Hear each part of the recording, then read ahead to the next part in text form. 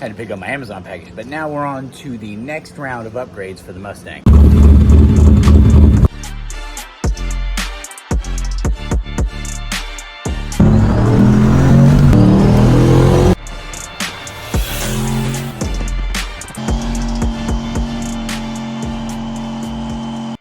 All right, so now we're on to the next round of power upgrades for the Mustang. And yes, it is kind of weird seeing me with no real facial hair on there. My wife hasn't seen my face in 19 years, and I don't even know if she likes me anymore, so I don't know.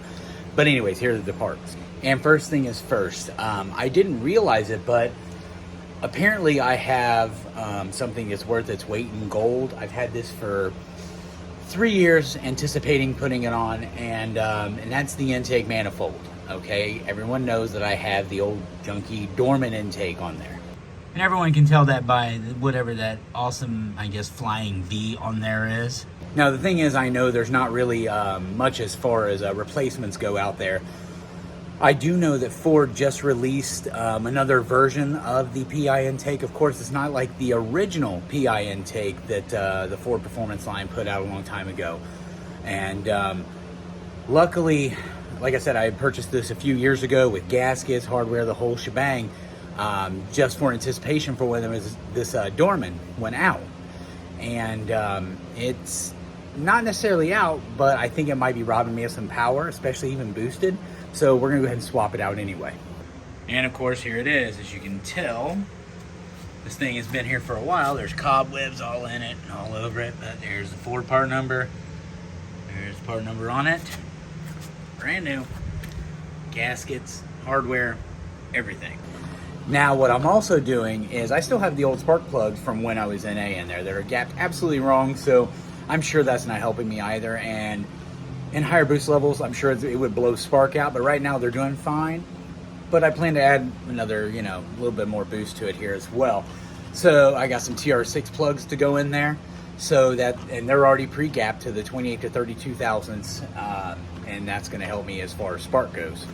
Now, when I was talking about more boost, that's what these are for. These fellas right here. Now, granted, this is not going to be a major jump in boost. I'm on like 5.5 pounds right now. This is going to bump me up to half bar, which is like 7.2 pounds, I believe. See, one bar is 14.7, so 7.35 pounds, somewhere around there. And if you're running like an MVR or MVR style wastegate on your turbo setup, the large red and the small green is a 0.5 bar boost.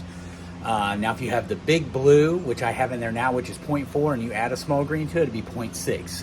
And the reason I say that is some websites you can find the small green wastegate spring listed for the MVR, and some you can't. So if you do have a small green one, even for the MVS, on the MVR, it actually is 0.2 bar for the 44 millimeter wastegate. Now, with me adding that small green and the larger red, like I said, it's only going to be a 1.47 PSI jump in boost.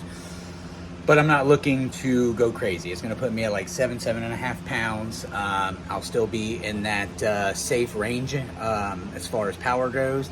And plus, I don't really know what kind of power the car makes. I really want to see the data on the Draggy. And from my last run, I had picked up, some good mile per hour, bad times, but good mile per hour. So I know everything is working properly. Plus, it's a lot easier for me to tune myself when I just make baby steps. And that way I can monitor what I need to and when I need to. All right, so now the first things first is we're going to empty this coolant out. Way down there is the actual coolant plug. And many have asked, yes, I am still using a stock radiator. It's actually, this actually may take me a day or two to do, not because it's hard or it's lengthy. It's a simple fact that today it's 100 degrees and it's Labor Day weekend. So I do have holiday shenanigans to enjoy, but also I want to get this done before I go back to work after the holiday weekend. And it's freaking hot. I mean, it's toasty.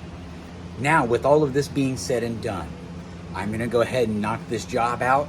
There are tons and tons of videos out there showing you how to do it, so I don't need to make another one and lengthen this video even longer on how to do it.